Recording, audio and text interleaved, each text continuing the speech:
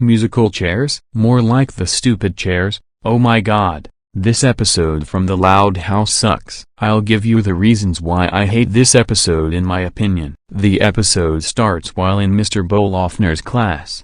Lincoln is subjected to Chandler's constant bullying due to the fact that he sits in front of him. However, whenever Lincoln tries to tell Chandler off, Mr. Bolofner would call out Lincoln for disrupting the class, causing him to get detention, much to his anger. Later, during lunch, Lincoln asks Mr. Bolofner if he's willing to change his seat, saying he can't deal with Chandler bothering him, but Mr. Bolofner refuses, saying that hardship builds character. In the lunchroom, Lincoln is bemoaning to his friends on what he can do to make his experience in his class better, and Rusty suggests the idea of buttering him up, saying that he should try to sway Mr. Bolofner into making him give him a better seat, and Lincoln agrees.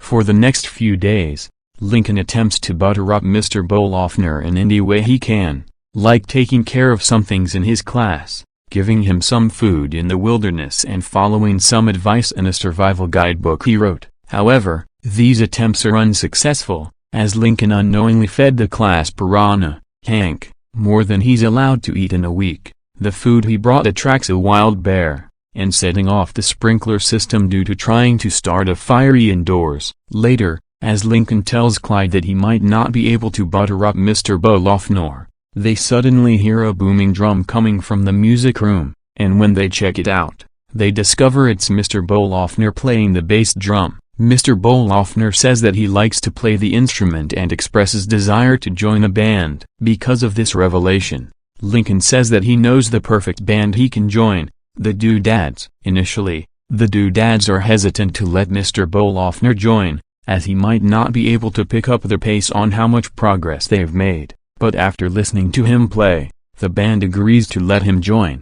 The next day, Lincoln arrives to his classroom to ask Mr. Bolofner how band practice went, but when he doesn't respond, Lincoln believes he didn't enjoy it and is prepared to go this seat, where Chandler is ready to dump a bucket of hot sauce onto him. Suddenly, Mr. Bolofner reveals that Lincoln doesn't sit there anymore, as his new seat is now on the opposite side of the class. Lincoln's new seat is revealed to be able to recline, and the student that sits behind him offers him chocolate and a massager. At the Loud House, as the Doodads practice for their upcoming performance at Lynn's table, it becomes clearer that Mr. Bolofner is stricter on staying in tune than the others, and makes some drastic changes, like having everyone play different instruments and completely changing their appearances. When Lincoln checks up on them, he's shocked to discover the changes Mr. Bolofner made, and the Doodads are considering on letting him go. Lincoln pleads with them to let him stay, saying that if he were fired,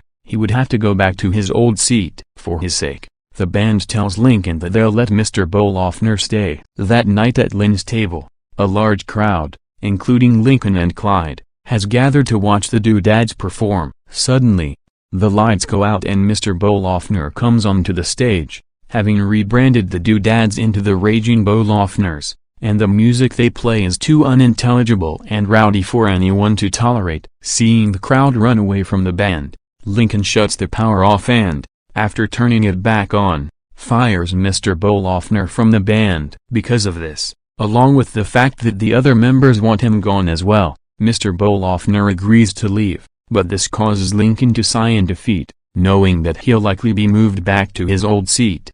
The next day, Lincoln arrives to his class, ready to sit in his old seat, with Chandler prepared to make his suffering as painful as possible by wearing steel-toed boots. Suddenly, Mr. Bolofner stops him, saying that's not his seat. Mr. Bolofner admits that he did some thinking last night to reflect on his actions and says that he learned the importance of being nice with others. After saying that he sent an apology gift to the Doodads, which they're too chicken to open, Mr. Bolofner tells Lincoln that he's cool in his book for standing up to him, reminding him of his rule that hardship builds character, and orders him to go to his seat. Before he can sit down, Chandler swipes it and mocks him by saying that the only way to get his seat now is needing to get him to move. Remembering the functions of the seat, Lincoln uses the remote control to launch Chandler out of it, where he lands in Hank's tank, causing the piranha to bite Chandler on the butt.